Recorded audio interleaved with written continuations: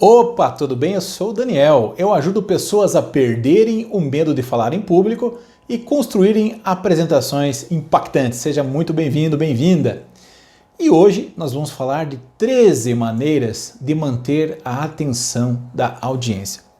Claro, manter a atenção é o principal, porque se as pessoas não prestam atenção, elas não aprendem. Se elas não aprendem, elas não lembram de você. E se elas não lembram de você, você não tem uma carreira bem-sucedida. Você não tem uma apresentação bem-sucedida. Então, conseguir com que a atenção das pessoas não se divida entre você e o celular, entre você e a roupa da outra pessoa, entre você e os defeitos do salão, não é tão fácil quanto possa parecer. Por isso, bons oradores usam alguns recursos que nós vamos falar hoje para que as pessoas prestem mais atenção na mensagem. De novo, se a mensagem é o que é importante, também é muito importante a forma de levar essa mensagem. Eu diria tão importante quanto. Não adianta um livro ter um excelente conteúdo se as pessoas, como diz o ditado popular, julgam de fato o livro pela capa. Querendo ou não, nós temos que nos adaptar à maneira das pessoas pensarem. Não adianta lutar contra a correnteza. Vou contar uma historinha para vocês. Uma empresa multinacional que fazia pneus, essa é uma história real, ela fazia os pneus rígidos, ou seja, ela entendeu que quanto mais a borracha fosse dura, mais o pneu ia aguentar, mais o pneu ia ter uma longevidade. Acontece que em alguns países as estradas não são muito boas. Você identificou? Pois é, e os pneus começavam a fissurar, a trincar, a rachar. Imediatamente os consumidores começaram a usar a garantia do produto e a devolver o produto. A empresa, erroneamente, imaginava que os pneus não eram duros o suficiente e cada vez faziam os pneus mais rígidos, mais fortes, mais inflexíveis. Mandavam para o mercado e o resultado era praticamente o mesmo. Cedo ou tarde, milhares de pneus eram devolvidos pelos clientes insatisfeitos.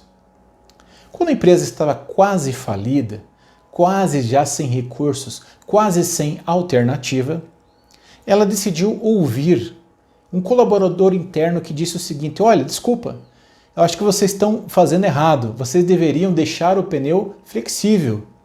Porque se vocês deixarem um pneu flexível, mole, ao invés de deixar ele rígido e duro, o pneu, quando ele passar por um buraco, ele vai se adaptar, se moldar àquele buraco e o pneu vai existir.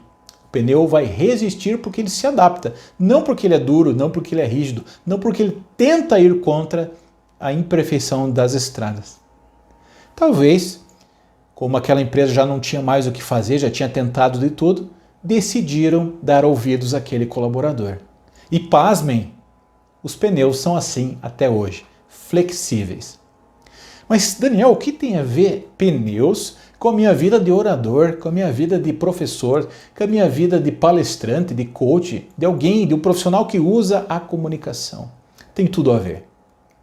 Nós temos uma tendência mercadológica que deve ser acompanhada pelas pessoas que falam ao público. Por exemplo, nós estamos num momento que o digital é valorizado, que o rápido é valorizado, que o tecnológico é valorizado, que o revolucionário é valorizado. Nós temos que prestar atenção nisso. Também no sentido de que quem avalia se a apresentação é boa é a plateia. Não adianta você, orador, você, comunicador, achar que fez um brilhante trabalho e que ninguém entendeu aquilo que você queria dizer e que a culpa é da plateia. Em comunicação, o responsável pelo êxito dela é quem comunica. Nesse sentido, você tem que se adaptar para fazer a mensagem chegar à plateia. E só vai chegar à plateia se você estiver conectado à sua plateia. E só vai se conectar à sua plateia se você manter a atenção da plateia. Quando você está falando com uma plateia que você não tem a atenção, você pode falar a coisa mais importante do mundo que não vai adiantar. Primeiro, você tem que chamar a atenção para depois convencer e influenciar pessoas, tá bom? Então, a primeira dica usada aí por bons oradores de diversas áreas, é contar uma boa piada. Eu lembro de um senhor chamado Manuel Corrêa, que era médico. Ele sempre começava uma reflexão com uma piada, ou no meio ele contava uma piada. Era um espanhol muito querido aqui de Curitiba. E eu não lembro exatamente de tudo que ele falava, mas lembro de algumas piadas, porque as piadas têm essa capacidade de deixar o tema leve. Às vezes você está falando uma coisa muito séria, tem que ser séria mesmo, mas você consegue colocar uma piadinha que tem a ver com aquele tema e deixa as pessoas desarmadas. Uma boa piada, além de fazer as pessoas se soltarem, elas se desarmam, elas ficam mais prontas para aquilo que você vai falar com seriedade em seguida. Então não pense que a piada é uma perda de tempo, desde que ela seja uma pitada na sua apresentação. Ninguém vai numa apresentação só para ouvir piadas. A piada é o tempero, a piada é aquela quebra, a piada te faz lembrar do assunto, serve de gatilho para a memória. Então sim, uma boa piada, se ela for bem conectada ao assunto e se ela não apelar para coisas polêmicas demais, como religião, como política, ou como alguma outra coisa de fórum íntimo das pessoas, alguma coisa que às vezes não é nem bem aceita, preconceituosa, a piada sim é bem-vinda. Então, claro, nem todos sabem contar uma boa piada, mas se você sabe, é um bom recurso para manter a atenção da sua audiência, tá bom? A segunda coisa, e eu comecei com isso, são boas histórias, né? Boas histórias. Boas histórias fazem a gente gravar bem um conteúdo. A gente aprende com boas histórias. E eu vou contar uma história para vocês, não com todos os detalhes, muito rapidamente, mas também uma história real. Uma lanchonete decidiu instalar-se ao lado de um quartel do Exército. E foi uma grande sacada, porque todos aqueles oficiais, não importa a patente, precisavam se alimentar. Ali ela teria já 4, 5 mil pessoas por dia que poderiam consumir os seus produtos. Isso deu muito certo a princípio. De fato, ela vendeu bem, e tanto para aquele quartel que 90% do seu faturamento vinha daquele lugar. Tudo ia perfeitamente bem, até que um dia um oficial, uma pessoa do exército de alta patente, proibiu as pessoas de saírem ali do quartel e se alimentarem naquele lugar. E isso porque aquelas pessoas voltavam às vezes com a farda um pouco suja, com a farda com gergelim, com às vezes um pouquinho de maionese, né? E ele não via bem também as pessoas fardadas andando sempre fora do quartel. Como eu tinha alta patente, não tinha muito o que fazer. Imediatamente as vendas daquela lanchonete despencaram, porque 90% vinha disso o faturamento. E os colaboradores tiveram várias ideias. Bom, vamos tentar entregar lá dentro, não deixaram. Vamos tentar fazer promoção para os habitantes aqui ao redor, tentar aumentar a fatia de mercado proveniente de outros lugares. Tentaram, mas não aumentou muito, porque de fato aquela cidadezinha girava ao redor daquele quartel. Tentaram fazer promoção, tentaram fazer anúncios e parecia que nada dava certo. Desesperadamente, procurando uma solução, de novo, de dentro do local da lanchonete, um observador teve uma grande sacada. Ele falou: chefe, se nós não conseguimos entrar lá, porque é proibido, e eles não podem vir aqui, porque também são proibidos, qual é o lugar onde a gente pode entregar o nosso lanche e onde aquela pessoa de alta patente não pode mandar nos seus oficiais? E tiveram um clique. Este lugar poderia ser o veículo daqueles oficiais, daquelas pessoas. E assim surgia o primeiro drive-thru da história, uma loja do McDonald's. Portanto, a partir de um problema, falta de vendas, de não conseguir entregar para os oficiais, surgiu uma grande ideia usada até hoje, o drive-thru. Quantas empresas, em momentos difíceis, em pandemias, inventaram um canal novo de vendas? Então, essa história que eu acabo de contar, eu uso ela em palestra, para falar sobre inovação, que às vezes o problema é uma fonte extraordinária de inovação. A pessoa nunca mais vai esquecer essa história e ela vai lembrar que para inovar nós temos que observar, nós temos que estar atentos, porque o problema geralmente oferece uma grande resposta, uma grande solução. Se tem algumas pessoas que têm este problema, se você tem um problema, provavelmente milhares de pessoas estão com o mesmo problema. E isso pode ser fonte de um grande negócio. Então, você viu que boas histórias, elas deixam a apresentação leve. Você aprende de uma maneira sutil, leve, descontraída. E mais, você grava aquilo que está sendo falado. A terceira coisa é a entonação de voz. Nada mais cansativo que uma pessoa que fala sempre no mesmo tom de voz. Essa pessoa não tem entonação nas palavras e todas as palavras para essa pessoa parecem ter o mesmo peso e a mesma importância. E quando a pessoa não tem entonação de voz, as palavras têm sempre o mesmo peso e a mesma importância, a apresentação acaba ficando na mesmice e acaba ficando monótona. E, às vezes, esta pessoa, além de não ter entonação de voz, essa pessoa ainda fala de uma maneira lenta. E claro, quando a pessoa fala de uma maneira lenta demais ou rápida demais, sem ainda entonação de voz, logo nós paramos de nos esforçar para aprender o que a pessoa está falando. Quando é rápido demais, a pessoa tem que se esforçar cognitivamente demais para absorver o conteúdo. Quando é lento demais, a pessoa fica ansiosa, a plateia fica ansiosa. Meu Deus, esse cara não desembucha. E isso tira a atenção das pessoas. Então, dar a entonação de voz nas palavras que você quer que se realcem é muito importante numa comunicação. Acho que você entendeu, né? Dar destaque nas palavras que você quer que realcem é muito importante na comunicação.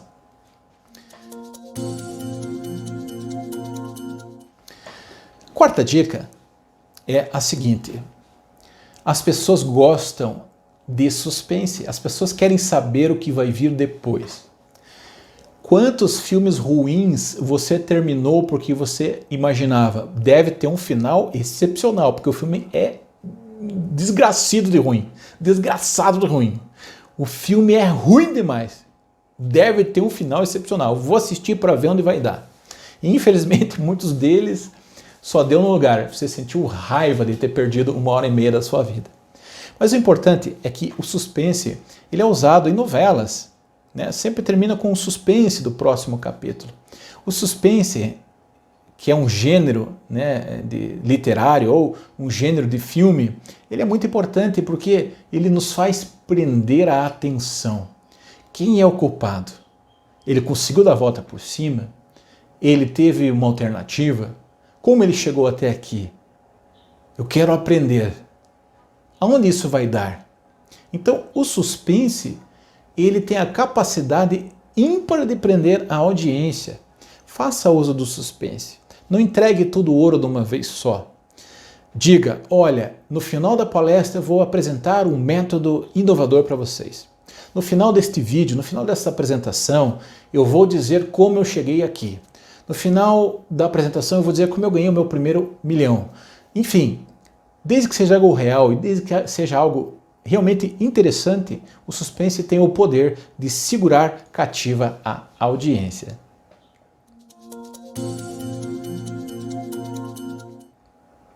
Outra dica, dica 5, dê algo ou alguém para que as pessoas torçam. Quando a gente está vendo um filme de catástrofe, quando a gente está lendo um livro, ou quando a gente está assistindo uma palestra, a gente se identifica com alguém, ou com quem está falando, ou com pessoas sobre as quais o apresentador está falando. Quando o apresentador está contando uma história de superação, por exemplo, uma pessoa que escapou de um soterramento, uma criança que ficou horas presa ali num lugar que desabou e conseguiu sair viva, a gente começa a torcer por aquela criança.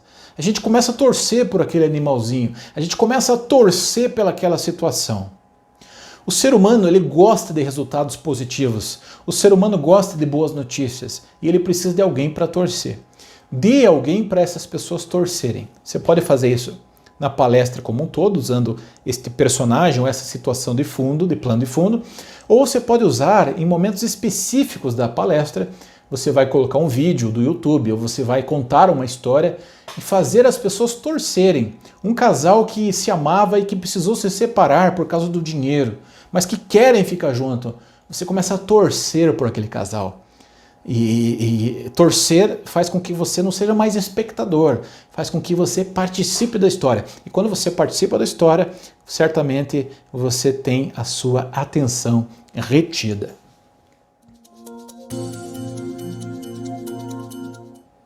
Conte histórias pessoais. Bom, eu tinha falado de boas histórias, mas agora é parecido, mas não é. As histórias pessoais têm mais força, porque primeiro, ninguém vai imitar, é pessoal. Ou se imitarem, não vai ficar tão natural quanto como aconteceu com você. Eu lembro uma vez que, há uns 10, 12 anos atrás, eu fui fazer uma palestra sobre atendimento ao cliente no Rio Grande do Sul. E meu pai tinha sempre me ensinado, viaje de terno, porque um dia pode ser que a sua mala seja extraviada. Chegou o grande dia e eu percebi na prática que ele estava corretíssimo de eu levar o meu computador na mão e de eu sempre ir com uma roupa adequada para uma apresentação. A minha palestra, minha mala sumiu, cheguei para reclamar, na época haviam só duas agências, duas companhias aéreas que faziam da minha cidade para lá. E, claro, a mocinha atendente ela estava sob estresse. Eu entendo isso. Estava todo mundo reclamando. Quando eu fui perguntar na minha mala, ela falou: ó, senhor, a sua mala extraviou, o senhor precisa preencher isso aqui. Eu falei: ok, vou preencher. Daqui a pouco chegaram mais 2, 3, 4, 5 pessoas reclamando também. Eu falei: nossa, moça, mas como é que pode se perderem tanta mala? Ela olhou para mim com aquele olhar de quem quer fuzilar alguém e falou: você não sabe que essas malas vêm em pallets, que essas malas vêm em containers e quando some um container perde todas as malas? Eu falei: não, desculpa, eu não sabia, realmente eu não sabia. Chego à noite, falando de atendimento ao cliente. Um dos tópicos era: não pense que o que é óbvio para você é óbvio para o cliente. Nem sempre a obviedade para uma pessoa é uma obviedade para outra. Eu falei disso e dei exemplo da companhia aérea, claro, por questões éticas não disse o nome da companhia aérea. No final, as pessoas costumam tirar foto, agradecer, vir conversar. Adivinha quem estava lá? Aquela moça que havia sido rude comigo. Ela disse que adorou a palestra e pediu desculpas pelo fato com que ela me tratou. Essa é uma história que aconteceu, foi uma história real e que eu poderia usar ela por se colocar no lugar do outro, ter paciência com o cliente e tudo isso. Então, uma boa história pessoal, ela retém a atenção. Repare que, provavelmente, quando eu contei as duas histórias, você ficou aí ligadão no que ia acontecer.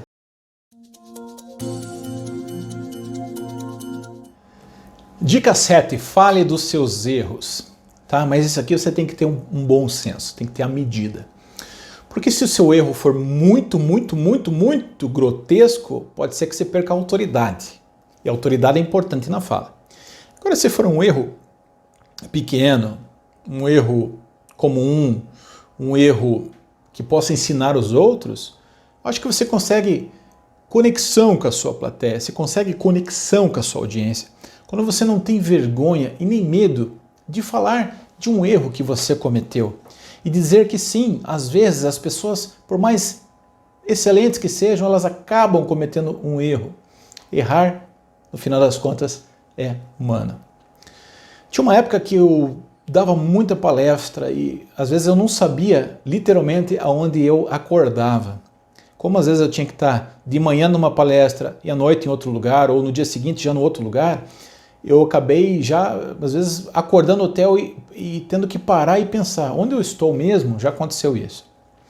Uma vez eu dei uma palestra para uma grande empresa que tem várias lojas num shopping e errei uma letra da empresa. Uma letra da empresa. E claro que é um erro inadmissível porque é o nome da empresa. Mas era uma empresa que perfeitamente, se eu falasse o nome, você entenderia como é fácil de errar uma letra. E durante a palestra, as pessoas, a direção, os gerentes me passaram um bilhete dizendo, é assim que você deve pronunciar. Claro, é um erro imperdoável? Sim, mas é um erro que pode acontecer. Eu estou dizendo isso para você, olha, com 25 anos de experiência, às vezes, sem querer, a gente acaba errando. Às vezes, sem querer, a gente acaba fazendo uma coisa que descontenta. O importante é acertar muito mais do que erra e tentar contornar o erro com um pedido de desculpas, com tentar reter aquele público. Quando você admite o seu erro e quando você tenta repará-lo, muitas vezes você consegue com êxito reparar o erro, retomar a apresentação. Às vezes acontece de você gravar um dado e às vezes errar um dado, né, por algumas centenas de números e uma pessoa te corrigir. Olha, não é isso. Você diz, olha, obrigado, eu me confundi, sem problema nenhum. Então, também falar dos seus erros pessoais na apresentação deixa você mais humano e faz você se conectar à sua plateia. A sua plateia vê que você não é só autoelogio, que você também, às vezes, consegue errar. O seu erro pode produzir um aprendizado muito grande nas pessoas que assistem. Por exemplo, eu percebi já que um dos meus erros durante as várias palestras que eu dei no Brasil foi não ter um checklist da minha mala. Já cheguei num lugar tendo esquecido os sapatos. Tá, Daniel, mas você não viaja com a sua roupa? Normalmente sim, quando eu vou de aéreo, mas nesse caso eu fui de carro e eu queria viajar de tênis. Cheguei lá, não tinha o sapato e não tinha loja aberta por algum motivo, era um lugar muito longe do centro. Tive que providenciar um sapato. E, pela misericórdia, um amigo tinha ido junto, consegui emprestar o sapato dele, tinha mais ou menos o meu número. Então, essas coisas acontecem. Da gente errar, ter pequenos erros, e isso pode fazer com que seja fonte de aprendizado para outra pessoa.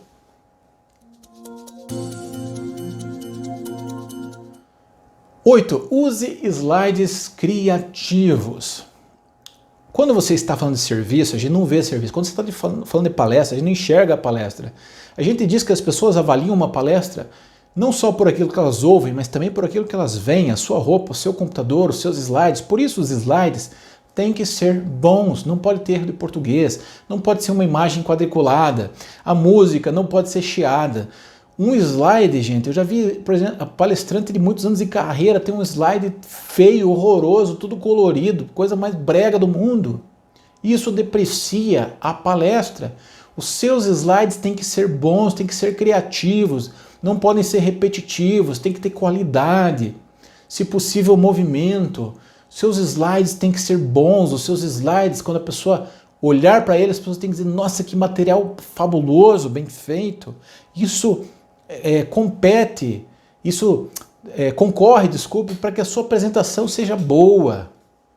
Cuide dos seus slides.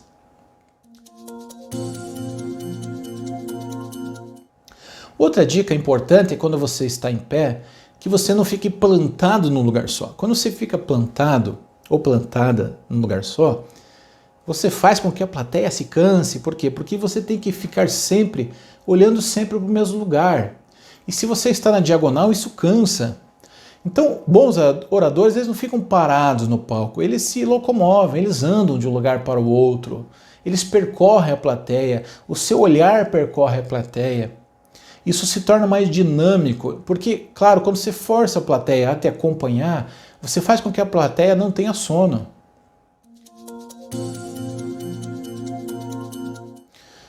Outra maneira de engajar, de prender a audiência, é fazer perguntas abertas. Normalmente as perguntas abertas, elas levam à reflexão. O que é uma pergunta aberta? É uma pergunta que não leva ao sim e ao não.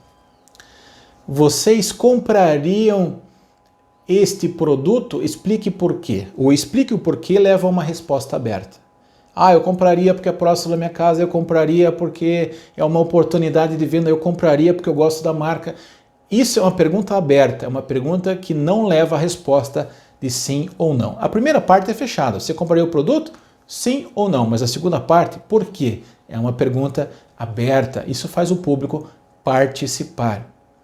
Olha, aconteceu isso comigo, já de esquecer o sapato. Com vocês aí, já aconteceu uma coisa parecida? Você leva ao engajamento, à troca de informações. a mudança de tom de voz, isso prende a atenção. Você provoca as pessoas a estarem com você.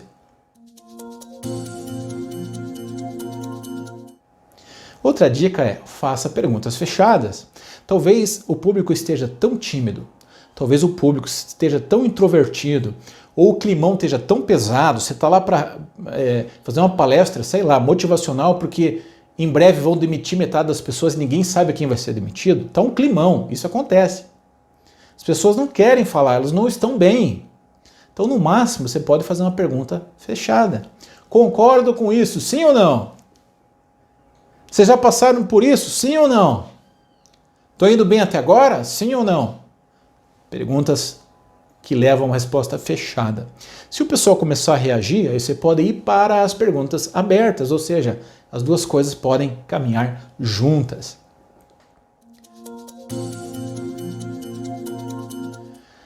Décima segunda dica é usar o contraste. Isso é muito importante, usar o contraste. Quando nós contrastamos coisas, o nosso cérebro grava mais.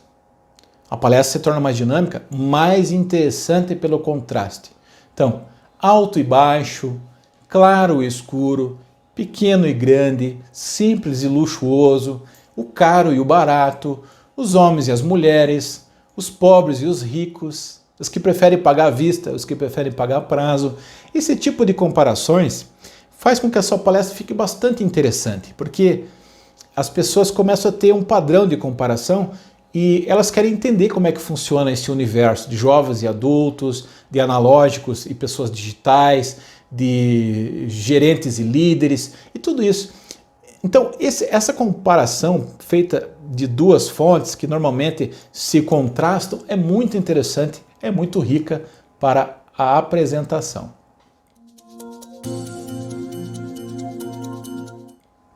E, finalmente, pense em surpresas. Pense em surpresas. O que surpreende, grava, né? Uma coisa que não estava ali no script, grava. Uma coisa que foge, imagina uma tela pintada, né? A tela é toda colorida, mas ali tem um negócio preto, uma ausência de cor. Aquilo se destaca, é uma surpresa. Entende? Então, as coisas que nos surpreendem são coisas que cativam, são coisas que prendem a atenção, são coisas que gravam. Um susto. Eu gosto de dar muito susto nas pessoas, principalmente no começo da palestra, quando eu vejo que não tem nenê e quando eu vejo que não tem idoso. Eu dou um grito. A pessoa, né? É um susto. Isso grava. Alguém da palestra se levanta, né, e fala, eu não concordo com você, mas aquela pessoa é tramada. Você já tem acordo com aquela pessoa. É um imprevisto, isso marca. Um telefone toca, né? Toca lá no meio. Pode acontecer naturalmente, como eu já vi com alguns palestrantes, ou pode acontecer de uma maneira tramada. Toca o telefone, mãe, agora eu não posso, estou na palestra. Alguma coisa assim. A luz que cai, ou seja, pensar numa surpresa, uma mágica, algo que você desempenhe bem no palco, uma performance, é muito interessante, porque as surpresas elas acabam cativando a audiência, tá bom? Então nós falamos aí de maneiras de prender, maneiras de manter a atenção da sua audiência, que são fundamentais se você quer influenciar pessoas, se você quer levar resultado para as pessoas, se você quer formar pessoas, se você quer convencer pessoas, instruir pessoas, enfim. Você precisa primeiro dar atenção delas para depois passar o conteúdo. Eu sou Daniel Godry Júnior, palestrante de grandes empresas. Eu ajudo pessoas a perderem o medo de falar em público e construírem apresentações impactantes. Gostou? Deixa o joinha, compartilha com seus amigos aí, se inscreva nas nossas redes sociais e até a próxima. Sucesso nas suas apresentações. Tchau, tchau.